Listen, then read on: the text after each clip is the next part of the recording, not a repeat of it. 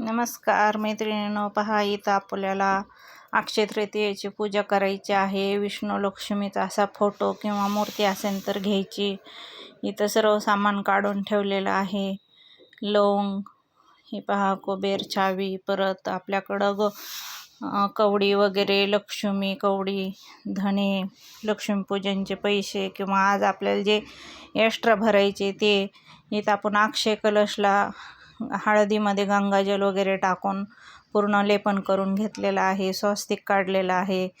तर आपल्याला त्याच्या सुरुवातीला धने भरायचे आणि त्यानंतर हे पहा आपण गोमती चक्र टाकलेले, अत्तरची बाटली टाकलेले, काळे हळद, आपल्याकडे जे वस्तू आहेत त्या असं भरायचं. ओम महालक्ष्मी देवे नमः किंवा ओम महालक्ष्मी नमो नमः, तुम्हाला जो देवीचा मंत्र येतोय तो म्हणत ह्या सर्व वस्तू आपल्याला त्याच्यामध्ये भरून घ्यायच्या आहेत.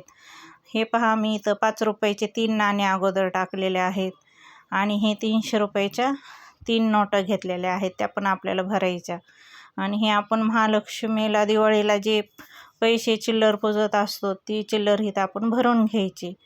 त्यानंतर 300 रुपयाच्या 3 नोटा ठेवायच्या आणि लक्ष्मीपूजनचे पैसे ठेवायचे. 300 रुपयाने आपण वाढवा करायचा त्याच्यामध्ये आणि खूप सारं अत्तर लावून इथं आपल्याला गुलाबाचं फूल व्हायचं.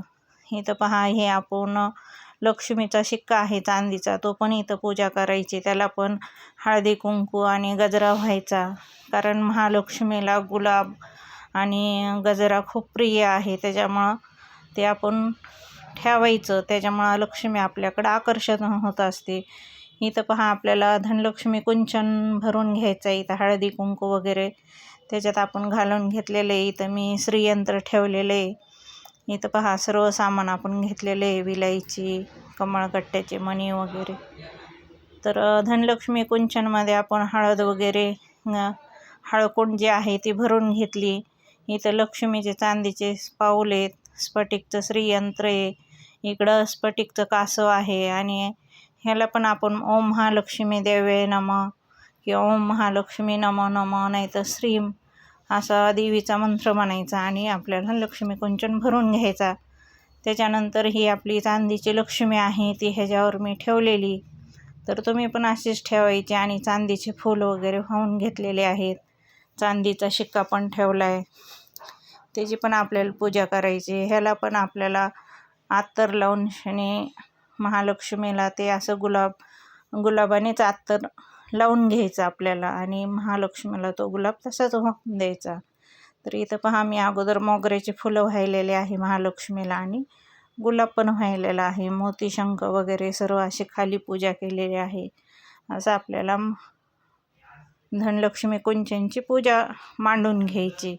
तर ह्याच्यामुळं पण आपलं अक्षय जे आहे, वैभव, महालक्ष्मीला जे तुम्ही आज मागणार आहे ते तुम्हाला भरपूर मिळून जाणार आहे. हा पहा आपला अक्षय कलश आपण कसा भरलेला आहे. इथं विष्णू लक्ष्मीची पूजा केलेली आहे.